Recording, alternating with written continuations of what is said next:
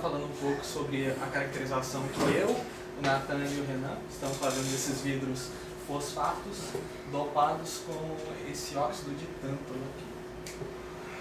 Então, partindo dos motivos de por que estudar esses vidros, né, a gente tem uma série de artigos publicados com bases muito similares a essa que a gente quer estudar. Por exemplo, nesse artigo aqui, a gente tem um estudo de um vidro de base fosfato de sódio adicionado com esse mesmo óxido de tântalo que a gente está a fim de entender. E a gente tem esses outros artigos aqui que também usam uma base muito similar, que ao invés de ser o fosfato de sódio, eles utilizam o fosfato de potássio e também alteram esse mesmo óxido de tântalo, né? Todos os artigos mostram que esses vidros têm boas propriedades estruturais, térmicas e ópticas, né? Em particular, a nossa ideia é misturar um pouco dessa base, desse primeiro artigo, que seria o fosfato de sódio, com o fosfato de potássio desses outros aqui, e variar as concentrações de óxido de tântalo. Uma conclusão que esses artigos chegam, que é interessante para o nosso lado de ótica não linear, é que à medida que a gente aumenta a concentração de dopante, que no caso é o óxido de tântalo, tem meio que o sistema ele fica propício a gerar essas regiões aqui, esses clusters de tântalo octaédrico. O tântalo octaédrico já é reportado na literatura várias vezes que ele é assim extremamente polarizável quando ele está junto a essas redes, esses clusters de tântalo octaédrico. Então, nesse contexto, né, como a gente tem essas boas características, a gente está interessado em investigar as não linearidades dessa base binária. O esquema de estudo, aqui está uma coisa básica, geral, do que a gente pensou em fazer ao longo desse seminário. Eu vou mostrar que a ideia ela foi básica, mas a gente teve uma série de dificuldades ao longo desse caminho. Aqui são as amostras, a gente pensou em iniciar caracterizando linearmente, chegando no espectro de N0, determinar a polarizabilidade, depois, utilizando o Z-scan, determinar o espectro de N2, e aí, a partir desses resultados, dessas caracterizações, fazer, por exemplo, uma caracterização estrutural com XPS, uma análise de Raman, entender a origem dessas respostas nesses vidros. Então vamos do início, os materiais, né? A gente estudou esses vidros aqui. A composição, como eu disse lá no início, né, é uma mistura desse fosfato de sódio com esse fosfato de potássio, e o que a gente variou foi esse óxido de tântalo aqui. O óxido de tântalo variou de 20% até 50%. A gente vê a mudança de cor, né, à medida que a gente incrementa isso. O problema de tudo é que essas amostras elas não tinham uma boa qualidade óptica, e além disso, elas tinham essa presença de bordas e pequenas variações de espessura. A gente tentou até assim, resolver esse problema, levando na oficina de óptica, retificando e polindo, mas mesmo assim a presença dessas bordas é mantida e a qualidade óptica foi, acho que, a principal dificuldade desse trabalho. Então vamos partir para a caracterização linear, né, já que a gente conheceu as amostras. E aí que tá, se você tem amostras com qualidade óptica ruim, consequentemente algumas coisas que dependem dessas medições, do processo de transmissão por essa amostra ruim, tipo, consequentemente essas medidas vão ficar meio elas não vão ter uma precisão que a gente depende, né? Então a gente começou com esses problemas. Particularmente aqui, nesse início, com os espectros de absorbância e tal, a gente não teve tanto problema por conta do nosso interesse ser uma análise mais global, né? No caso da determinação de N2, eu vou mostrar que os problemas foram mais relevantes. Tá. Aqui está o comportamento das 4 amostras. A gente vê um redshift à medida que a gente aumenta o óxido de tântalo, e a gente também vê essa região de transparência que se estende de 700 até 1100 aqui. Uma coisa que a gente pode reparar é que tem uma bandinha aqui. Alguns artigos reportam que isso pode estar ligado a transições, né, do tântalo mesmo, em níveis D e D. Mas como a gente está interessado em aplicações mais nessa parte de telecom e tal. Então a gente está olhando mais para essa região do infravermelho, então essa bandinha não tem tanta contribuição. Tá, então a gente tem a extensão aqui de transparência, igual eu falei. Outra coisa que a gente fez, a partir desse gráfico, a gente consegue estimar a energia de gap, fazendo basicamente a extensão dessa região e vendo onde intercepta com o eixo X. Com esse valor do corte aqui, a gente sabe o comprimento de onda, a gente usa a relação para energia e encontra um gap estimado. O que a gente vê é que, à medida que a gente aumenta a concentração de óxido de tântalo, a gente diminui o gap. Determinação de N0. O problema está aí, né? O método que a gente usa é um método que parte das relações de Fresnel. E as relações de Fresnel, elas estão interessadas, elas analisam, né, esse offsetzinho que a gente tem aqui, que está relacionado à reflexão desse vidro, né? Só que como o vidro não tinha assim, as propriedades ópticas boas, a gente plotou para alguns, a gente obteve as primeiras curvas e a gente viu que o N0 estava flutuando bastante à medida que a gente fazia o experimento de novo.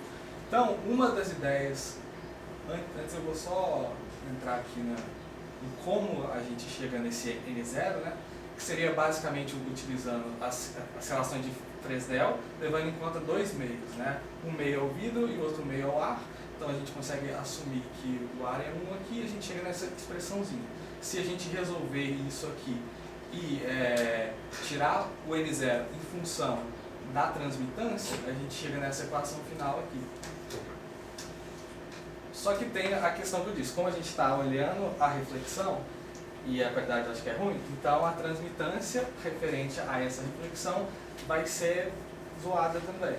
Então o que a gente fez foi fazer a variação de posições nessa amostra e tirar um conjunto estatístico de 20 medidas em diferentes posições, com diferentes aberturas do suporte, e a gente chegou nesses resultados aqui. A gente vê que como a gente está interessado no offset, ele varia bastante. E uma outra coisa que a gente consegue perceber é que para a amostra com melhor qualidade, que seria essa última aqui, você vê que a variação é um pouco menor, mesmo com a mesma quantidade de medidas. A gente utilizou esses gráficos aqui, aplicou nessa relação de cima e encontrou os valores de N0. Os valores de N0, a gente fez um tratamento, utilizou o valor médio daquelas curvas e o desvio associado aos dados. Então a gente conseguiu essa margem de erro aqui, que é o que está em cinza, aqui em preto seria a média, né? E em cima é um fit do Selmayr, que eu vou estar explicando para frente. Mas a primeira conclusão que a gente tem desses gráficos é que à medida que o óxido de tântalo, que a concentração de óxido de tântalo aumenta, a gente também tem um aumento do N0 das amostras, indo de 1.6, 1.65 até 1.93, 1.94 por aí. E a gente consegue de novo associar a qualidade óptica como esperado desses vidros. Enquanto esse aqui é o vidro com pior qualidade óptica, é o vidro que estava assim, tinha variações de espessura, que eram mais claras, e ele tinha a presença de cordas. Enquanto ele está dando essa margem de erro muito grande aqui, esse outro está dando essa margem de erro pequenininha. Está ligado também ao fato desse aqui ter a melhor qualidade óptica. O que a gente fez para ver se de fato estava batendo esses valores com o que é esperado para esses vidros foi ir na oficina de óptica, a gente utilizou a técnica do Pulfish lá e viu que para o vidro de menor concentração de óxido de tungstênio, a gente tinha esse valor de aproximadamente 1.66 no verde, que a gente vê que de certa forma concorda dentro da margem de erro com os nossos resultados. Eu mostrei lá atrás, tinha aquela linha vermelha aqui, é o Selmayr. O Selmayr a gente usou essa expressão simplificada para ele, com os parâmetros A, B e C. Os parâmetros A, B e C deram esses valores aqui, que concordam com a literatura também. Lembrando que aqui está em nanômetro por metro quadrado, por isso esse valor grande. Mas todos batem com o que é esperado para eles. A outra etapa que a gente fez na parte linear foi encontrar a polarizabilidade molecular, e aí a gente usou essa equação de Lorentz. E porque o uso dela geralmente é em líquidos, só que tem vários reportes em materiais isotrópicos, então a gente aplicou para os vidros. Essa é a cara que ela tem, a gente tem um fator constante aqui, 3,4π Na, Na é constante, né?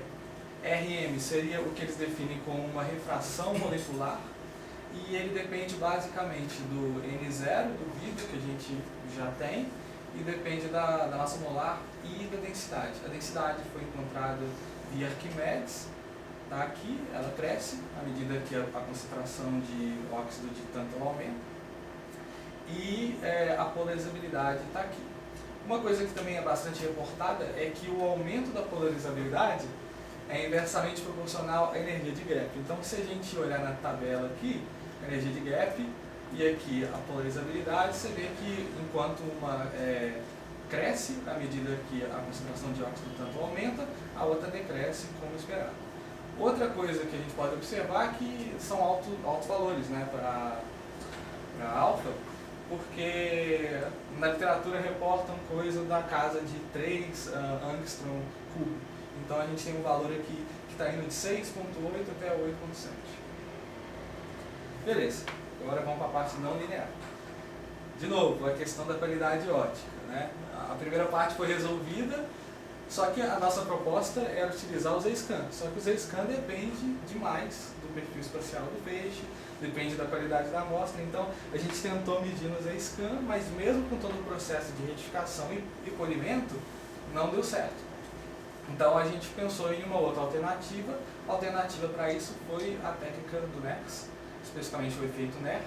Basicamente consiste em você jogar uma luz elipticamente polarizada sobre um meio que exibe um efeito de terceira ordem de Ki. E aí, na região de foco de alta intensidade, você vai ter uma mudança, uma angulação desse sinal dada por esse ângulo alfa. E com esse ângulo ângulo θ, desculpa. E com esse ângulo θ, a gente consegue determinar o N2. O lado interessante disso é que ele tem uma baixa dependência com a qualidade do perfil do feixe e com a qualidade da amostra. Então é uma alternativa para a gente tirar o espectro que a gente tanto queria. Aqui está um esquema geral de como funciona esse experimento. Esse primeiro estágio aqui a gente pode desconsiderar. Ele é feito para melhorar só essa qualidade do perfil, mas como foi dito, não depende tanto. A parte que a gente está interessado é essa parte final aqui, que é composta por essa lâmina sobre 4, que vai ser responsável por transformar a polarização do laser em uma polarização elíptica. A gente passa por esse sisteminha aqui, que é um sistema de focalização para induzir os efeitos não lineares na amostra. E o que acontece no processo de medida é que a gente tem a nossa lambda que está gerando efeito de rotação, ele está deixando o nosso campo elíptico, a gente focaliza, passa pela amostra e translada ela. O processo de detecção propriamente falando, ele envolve esse polarizador girante, né? Quando a gente tem o nosso polarizador alinhado na direção do eixo maior da elipse, a gente tem um aumento de sinal, e quando ele está alinhado com o eixo menor da elipse, a gente tem uma diminuição de sinal. Consequentemente, o que a gente observa é um padrão de oscilação. Quando a amostra ela passa pelo foco desse feixe, a gente induz os efeitos não lineares, consequentemente faz um giro dessa polarização elíptica, e com esse giro a gente adiciona uma fase nesse comportamento oscilatório da amostra. E aí, a partir dessa fase adicionada, a gente consegue utilizar essa expressão aqui, onde isso aqui é a fase, observada no loquim, e com parâmetros conhecidos, como, por exemplo, o ângulo da lambda sobre 4, por exemplo, esse B aqui, que para processos eletrônicos, né, a gente consegue associar com N2, esse ZB, que estaria ligado à espessura da amostra, e N0, ZA, a espessura da amostra, e N0. Então a gente tem todos os parâmetros necessários para encontrar o N2. E é o que a gente faz.